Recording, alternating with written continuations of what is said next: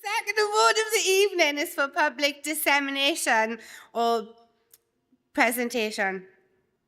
We'd like to invite our chair of judges, James Kyle, to come up to the stage to present the awards. Please make some noise for James.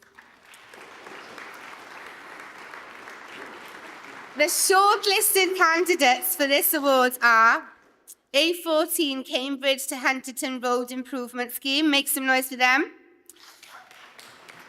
Must Farm Pine Dwelling Settlements. Make some noise for them.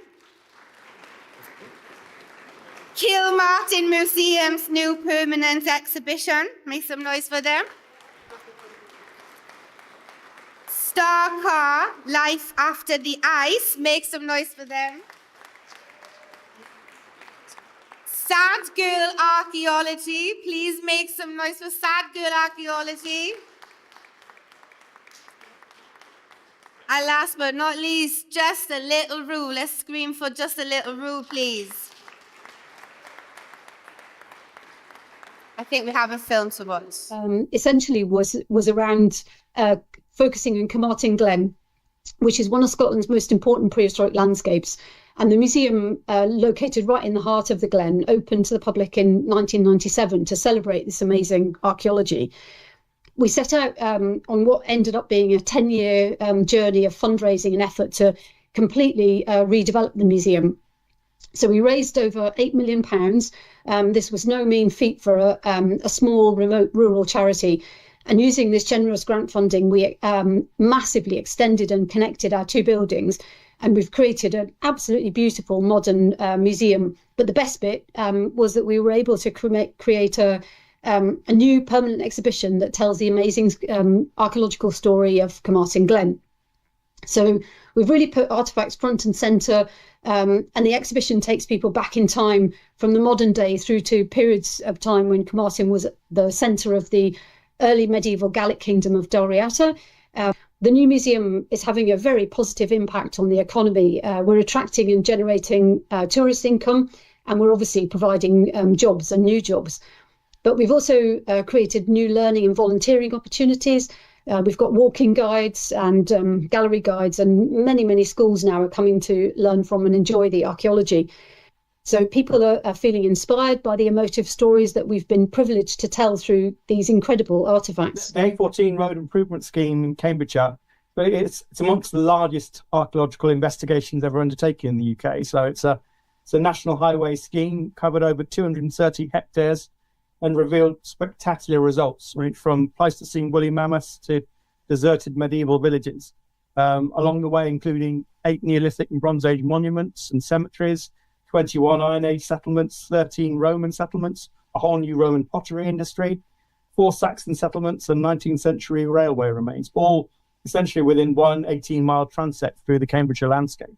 And the whole programme was really a huge collaborative team effort led by Mola Headland Infrastructure, alongside many other archaeological contractors, alongside working with many universities, local museums and heritage societies, and all with close cooperation and guidance from the Cambridgeshire historic environment.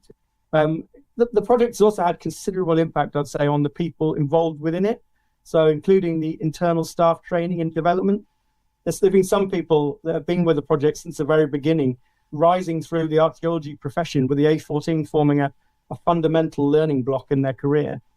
And throughout this, we've put a distinct emphasis on specialist training, both internally and externally through sponsored master studentships, which should at least make, I hope, some small dent in the continuing skills gap within the archaeology. My project involves using those emotional aspects found within archaeology to help share it to the public using short-form content across social media platforms. It first originated on TikTok, but it's now spread to Instagram and now Facebook and YouTube. And so it's got a lot bigger than what it originally was. It's been going for about 5 years. And yeah, it's really sort of helping the public to find ways of connecting to archaeological research and excavations and projects by finding, you could call it like the emotional stories, by utilizing social media. Basically anyone who has access to a phone and the platforms can freely come upon this. And that's the thing, all the content's free, it's all out there, nothing's behind a paywall. And it just makes archaeology, especially the archaeology of Britain, like a lot more accessible to a wide audience who might not be aware of it. I feel like often there's obviously a lot of very big flashy sites that get a lot of attention. And so in using this, it can raise awareness for other lesser known sites, but also help people understand that archaeologists are real people. We do actually enjoy the work that we do, and we feel something, and that it has reminded them that, oh yeah, people in the past were real people who had their own real whole lives. And so that's been very, I think that's been amazing. Our project was about delivering an exhibition in the Yorkshire Museum about Star Carl. It was a fantastic opportunity because it was a proper partnership, co-curation between members of the Department of Archaeology at the University of York and the Yorkshire Museum. We wanted to make it really accessible to lots of different audiences. So we designed it to have lots of replica artifacts of some of the things that were on in the exhibition, and some 3D models. We also designed an amazing interactive mural for the wall that you can sit and watch. This is based on gaming technology, and it means that you can see what Star Carl might have looked like in the past, but it's always changing. So it goes through night and day, and it goes through the seasons, but it's never the same. But as well as everything that went on inside the exhibition, we wanted to make something accessible outside as well. Not everybody wants to go into a museum. Not everyone can afford to go into a museum. So actually, by creating something in the museum gardens that was exciting and interesting to look at, seemed like a really good idea. So we built a Mesolithic house in the gardens in the summer over a period of 4 days, and then left it up for the rest of August. And we had lots of activities going on around that, including bushcraft and activities for school children, storytelling, so that people could access the Mesolithic for free.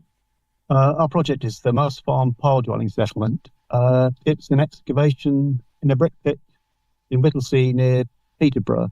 The Mouse Farm Pile Dwelling Settlement is a series of roundhouses built on stilts in a river channel on the southwestern edge of the Flag Fen Basin. And I suppose the best thing about it is the circumstances of its preservation.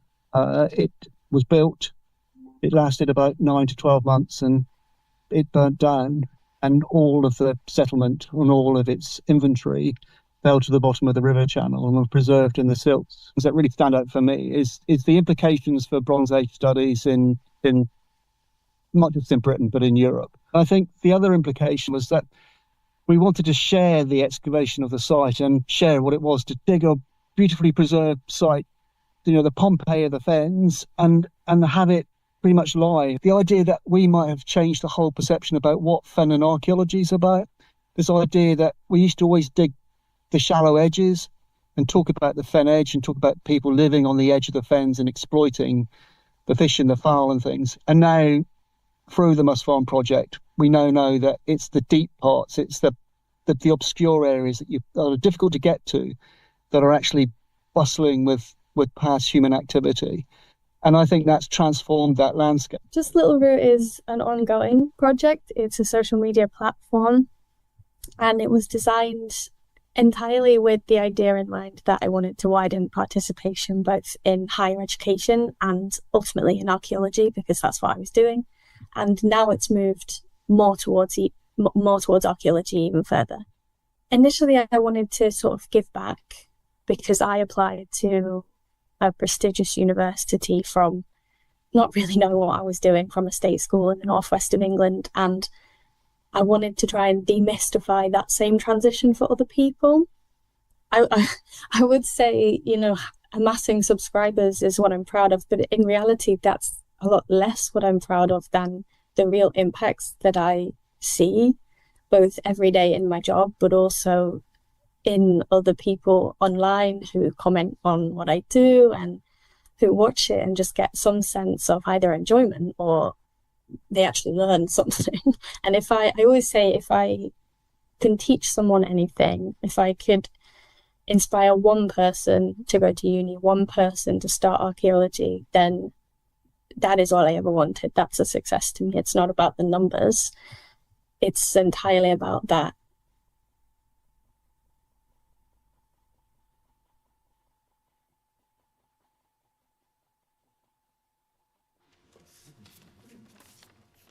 We have two highly commended nominations for the 2024 Public Dissemination or Presentation Award, and they are the Kilmartin Museum's new permanent exhibition and Sad Girl Archaeology.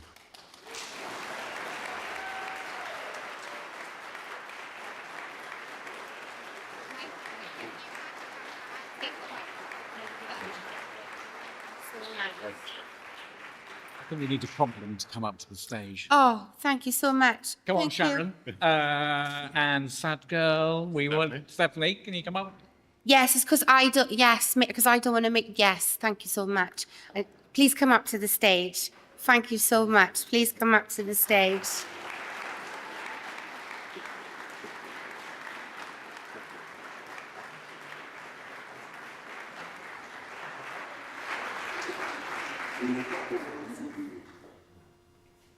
There's just so much pressure to make sure that these microphones work. And there's two buttons I've got to press, which sounds like a minor, but thank you so much. I think all of the project sounds beautiful. The question I have to ask you is, what is the best advice that somebody gave you in archaeology that kind of just like fueled you to just kind of really, really rooting for you to be part of this? Does that even make sense? So the best advice someone gave you, or it could even be like the funniest thing somebody told you on a job, doing your thing. Do yoga. That is flipping great advice. Yeah, do yoga and do your thing. So you've both been doing yoga. I love this. Archaeology and yoga camps. I think this sounds like a plan. Thank you so much. Make sure you have a photograph. They've done it. We are winning. Thank you so much. Diolch yn fawr.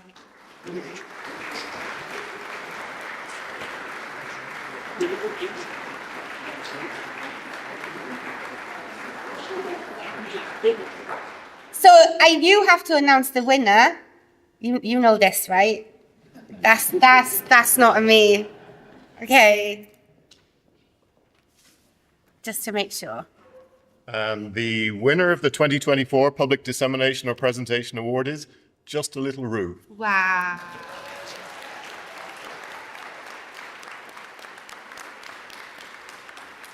Wow. So this is a great example of how a small and targeted project can have such a big social impact and bring archaeology to new audiences.